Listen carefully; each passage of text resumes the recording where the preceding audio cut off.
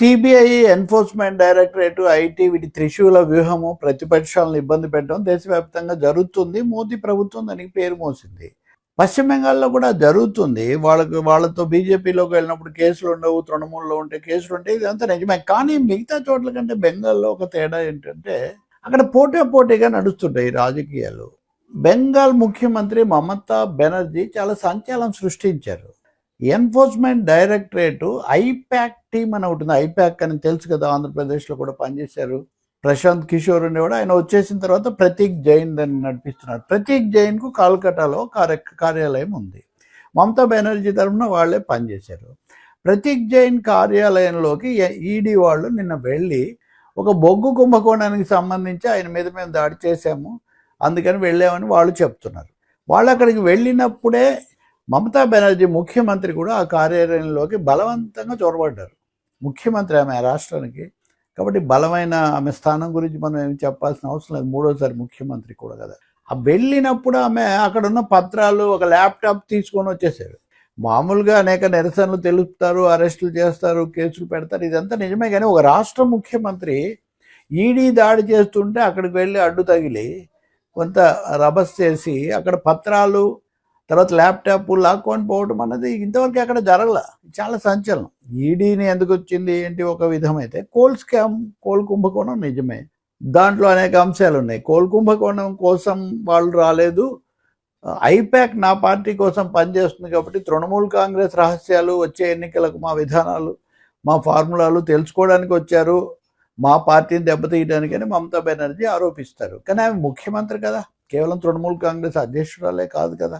I-PAC కార్యాలయంలోకి వెళ్ళారు, వాళ్ళేం తృణమూల్ కాంగ్రెస్ కార్యాలయంలో కూడా రాలేదు. ఐపాక్ ఒక తృణమూల్కే పనిచేయదు కదా. కాబట్టి ఇక్కడ మూడోది సిపిఐఎం, పెద్ద పార్టీ. బెంగాల్ను వాళ్ళు 30 ఏళ్ల పైన పాలించారు, ఓడిపోయారు. ఓడిపోవడానికి అనేక కారణాల్లో తృణమూల్ కాంగ్రెస్, బీజేపీ, కాంగ్రెస్ కలిసి అప్పుడు వ్యవహరించేది చాలా స్పష్టంగా. అప్పుడు చాలా ఆశ్చర్యంగా దేశంలో ఎక్కడ లేనట్టుగా మావోయిస్టులు బలపరిచారు, జమాతే ఇస్లామీ బలపరిచింది, ఆర్ఎస్ఎస్ కూడా బలపరిచింది. మమతా బెనర్జీని దాదాపు దుర్గలాగా చూపించారు. అప్పుడు వాళ్ళిద్దరితో వివిధ దశలు ఆమె పొత్తు పెట్టుకున్నారు. కేంద్రంలో ప్రభుత్వాల్లో కూడా ఉన్నారు కదా. వాళ్ళందరికీ ఉమ్మడి శత్రువు అప్పుడు ఇప్పుడు కూడా సిపిఎంఏ. కానీ బెంగాల్లో ఇప్పుడు 2 పార్టీలు పోటీ పడుతున్నట్టుగా కనిపిస్తున్నాయి. కానీ ఇది నిజమైన పోటీ కాదని సిపిఐఎం అంటుంది. ఓటర్ల జాబితాలను తారుమారు చేయడం ద్వారా, దొంగ ఓట్లను చేర్పించడం ద్వారానే తృణమూల్ కాంగ్రెస్ గెలుస్తూ వచ్చింది. దీనికి బీజేపీ సహకరిస్తూ ఉంది. కాబట్టి ఇది మొత్తం నాటకం. వాళ్ళే దాడి చేసినట్టు, ఈ మీద అడ్డుకున్నట్టు నిరసన తెలపడం, ఇదంతా నాటకం అనేది సిపిఐఎం రాష్ట్ర కార్యదర్శి మహమ్మద్ సలీం, ఆయన మాజీ ఎంపీ కూడా, ఆయన చేస్తున్నటువంటి తీవ్రమైన ఆరోపణ. ఆ తర్వాత మమతా బెనర్జీ దీని మీద నిరసన అన్నారు, వీధుల్లో నిరసన ఏర్పాటు చేశారు. హైకోర్టులో దీన్ని సవాల్ చేస్తూ కేసు వేశారు.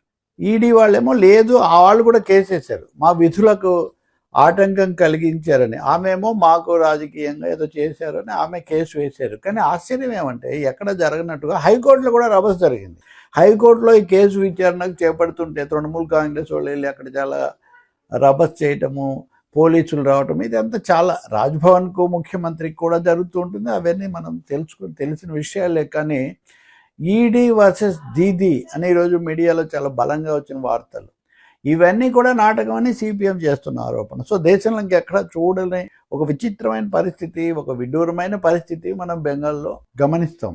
వీటన్ని ద్వారా ఏదో చేసి మమతను ఎదుర్కొంటున్నట్టు వాళ్ళు చెప్తారు, వాళ్ళ మీద పోరాడుతున్నట్టు ఏమే చెప్తుంది, ఇద్దరు కలిసి మమ్మల్ని అడ్డుకుంటారు, మమ్మల్ని దెబ్బతీస్తారని వాళ్ళు అంటున్నారు. ఇప్పుడు హైకోర్టు ఏం చెప్తుంది, వాళ్ళు 14వ తారీఖు కేసు వాయిదా వేశారు.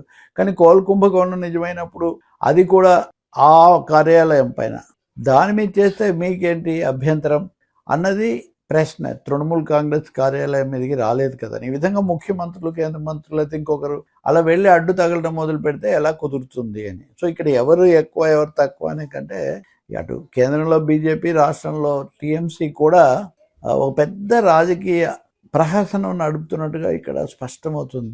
తృణమూల్ తానిషా పార్టీ కాంగ్రెస్ అని బీజేపీ వాళ్ళు అంటారు, మోదీని వీళ్ళని ఈమె అంటారు. ఇదే కాకుండా అక్కడ బాబ్రీ మసీదుని మళ్ళీ కడతామని అదొకటి తీసుకొచ్చిన వివాదం, బంగ్లాదేశ్ చొరబాట్ల వివాదం, వీటన్నిటితో బెంగాల్ను గతంలో ఉన్న ఒక ప్రజాస్వామిక వాతావరణానికి పూర్తి భిన్నంగా వివాదగ్రస్తం చేసి, ఒక బీభత్సంగా చేసే ఒక పరిస్థితి వస్తున్నట్టు కనిపిస్తుంది.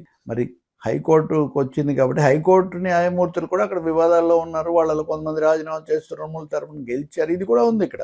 అన్ని వ్యవస్థలు కూడా చాలా దారుణమైన వివాదాల్లో భయోత్పాతంలో చిక్కుకుపోయిన పరిస్థితి అక్కడ ఉంది. మరి తాజా అంశం ఎలా ముగుస్తుంది? రెండవది వివాదంలో BOL బూత్ లెవెల్ ఆఫీసర్స్ అనేక మంది చనిపోవడం బెంగాల్లోనే జరిగింది. వీళ్ళు దీని మీద నిరసన తెలిపి కోర్టుకు కూడా వెళ్ళారు.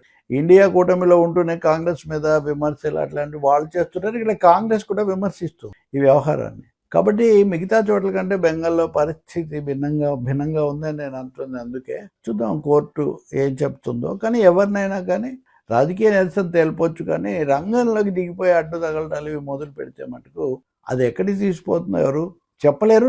నిజాలు కూడా తారుమారవుతాయి. ప్రజలు కూడా భయానికి లేదా గందరగోళానికి గురవుతారు. అది మళ్ళీ ఎవరికి కుటిల శక్తులకే మేలు చేస్తుంది.